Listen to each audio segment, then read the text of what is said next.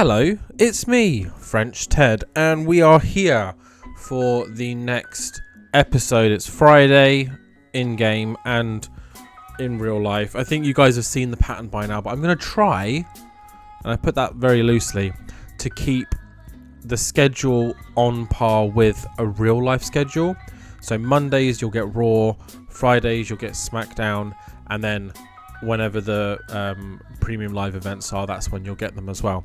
But I thought I'd start on this screen for now, just because I was looking through the roster, I was updating some pictures, I was, trying to work out, who's going to be at WrestleMania, like based on all the stories that I've kind of got running in my head and on paper, and then looking at who was left out, and annoyingly, there's a few big names that are still left out. I then just saw Hulk Hogan was just sat there, and I was like, I don't want this guy on my roster. I don't want to be paying him monthly wages. I don't want to be doing any of that. He's also a negative influence, so in the kind of backstage morale, there was a lot of red here, because it was like Hulk Hogan's negative, and then here it was like Hulk Hogan hates, or so and so hates.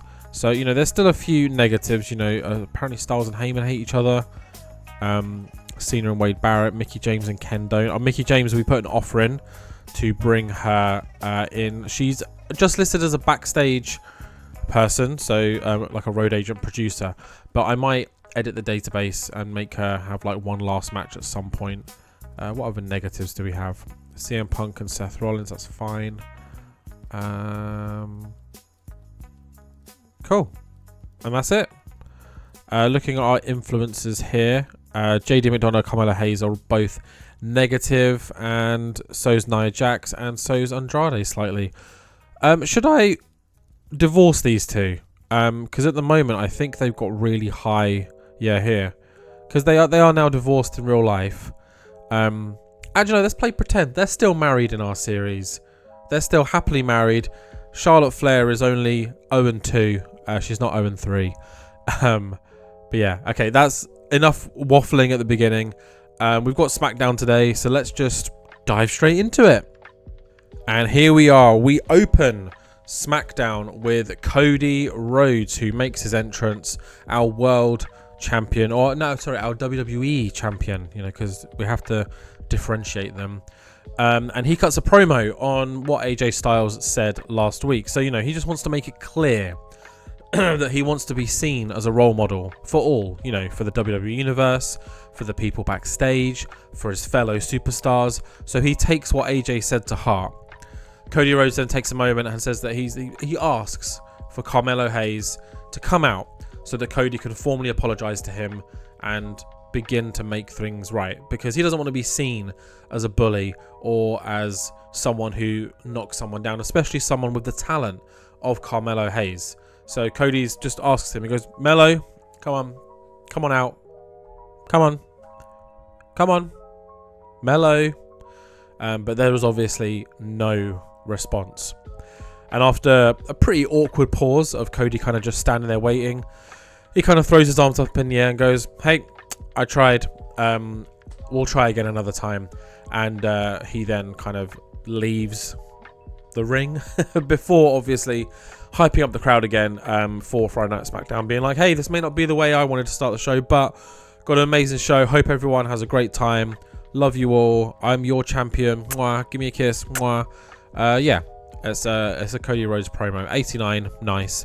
No, Cody doesn't gain any pop, which kind of makes sense story-wise, because, he's kind of, I don't know, it's kind of a weird thing to be like, hey, I did something wrong, apparently, so, hey, why don't you come out and I'll say sorry to you in front of everyone? No, man, that's not how you do it. But by referring to AJ and Carmelo Hayes, they both gain pop. We'll take it. We quickly head backstage, though, as Solo Sikoa is cutting a promo as he makes his way to the ring. So the camera's kind of following him and the rest of the New Bloodline. He comments on how the New Bloodline need to be more ruthless.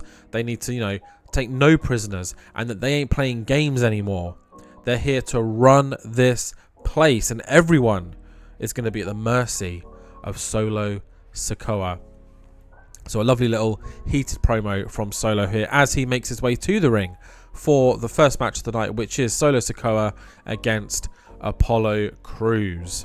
And not the best match, I guess. Apollo Crews put in huge effort. Jason Jordan did a lot of heavy lifting, apparently. Solo gets a huge jumping pop because we wanted to make him look like a monster. As you can see here, made it look like a threat.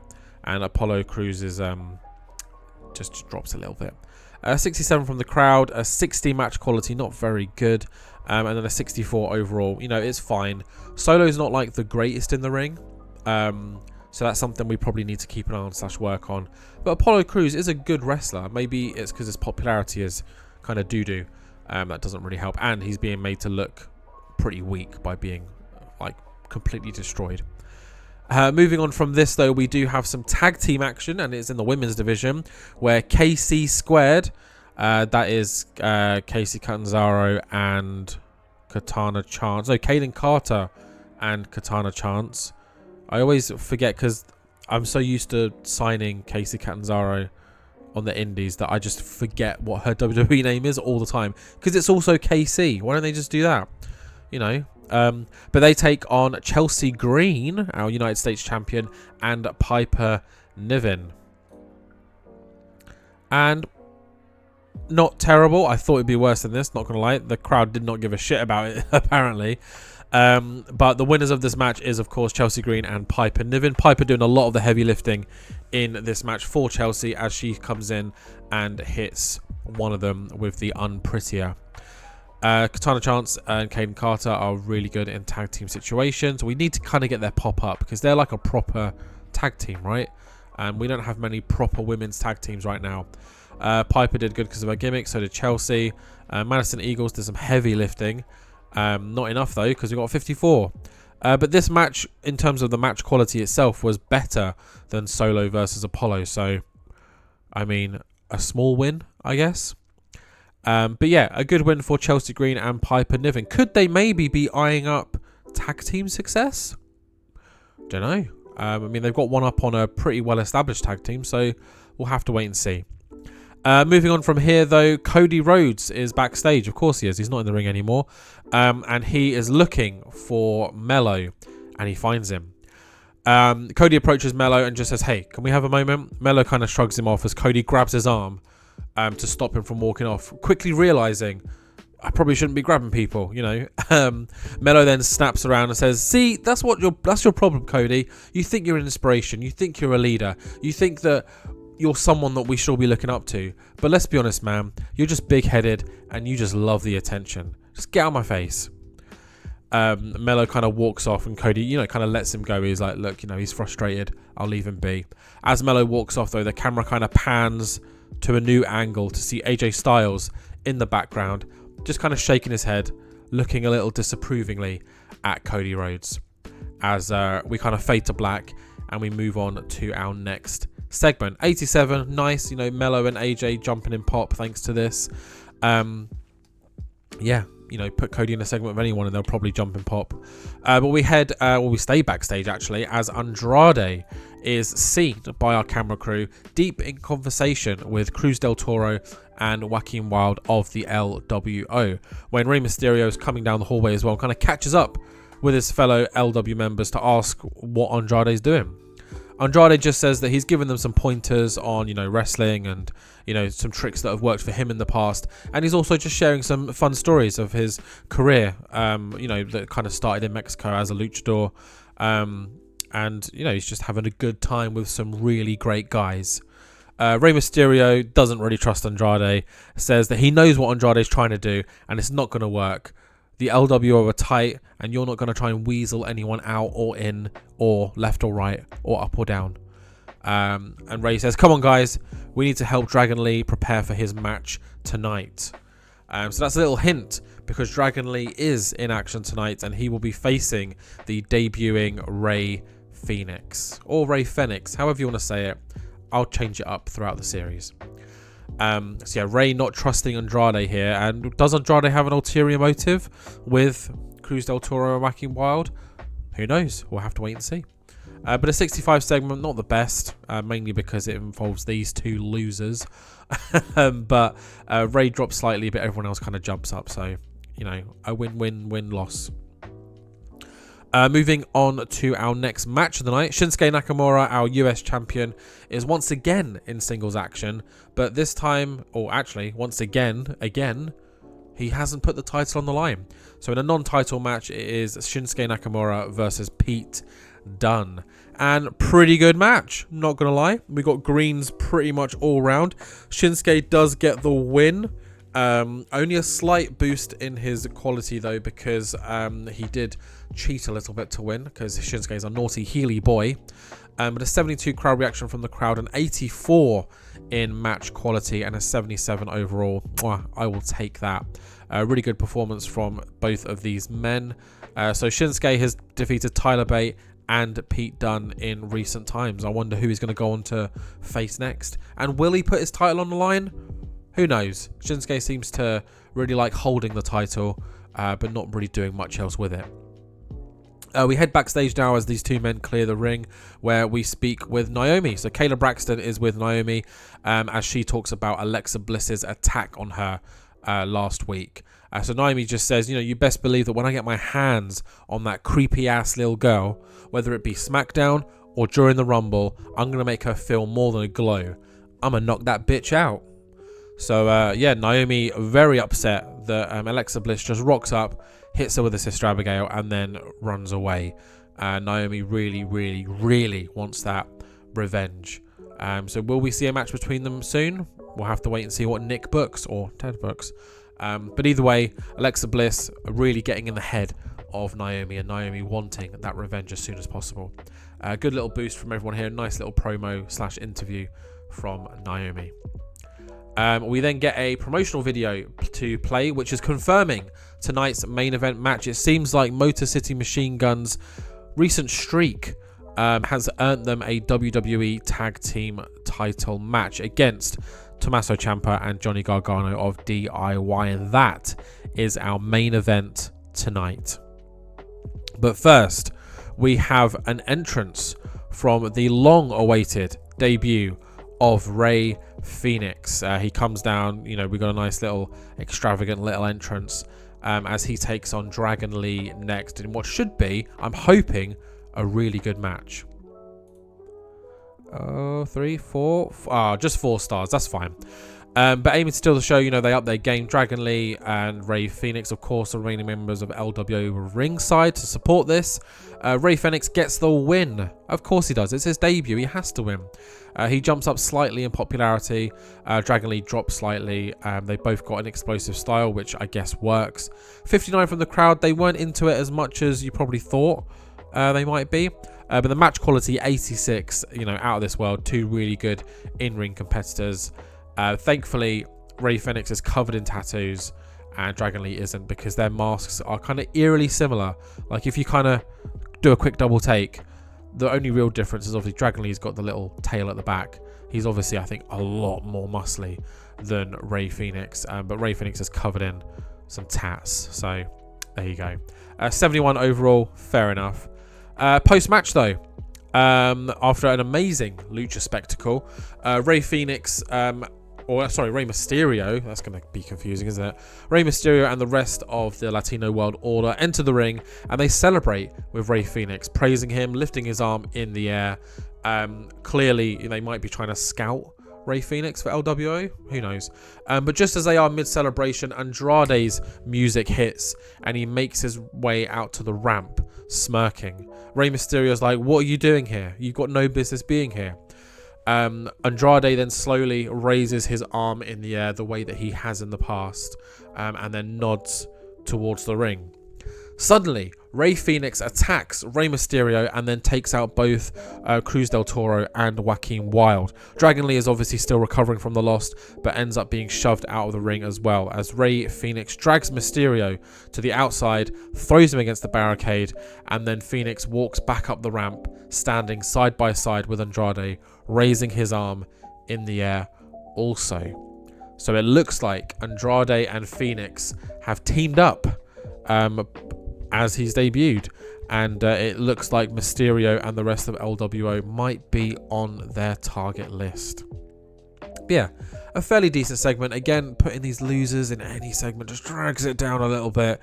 So Mysterio got hurt during this angle. Andrade, not so much. Everyone else bumped up a little. So, you know, at least some people paid off. But a 63 overall, fair enough. We'll take it. And oh, there's Andrade, in case you're wondering where he was. Following on from this, we have our main event. It's main event time. The WWE Tag Team Champions DIY versus the number one contenders, Moto City Machine Guns. Let's go. And in a 5-star match, whoa, and loads of green. Look at this, boom, boom, boom, boom, boom, boom, everywhere, except for the finish, slightly hurting the match quality. But we'll go into that in a moment. 64 crowd reaction, a 100% match quality.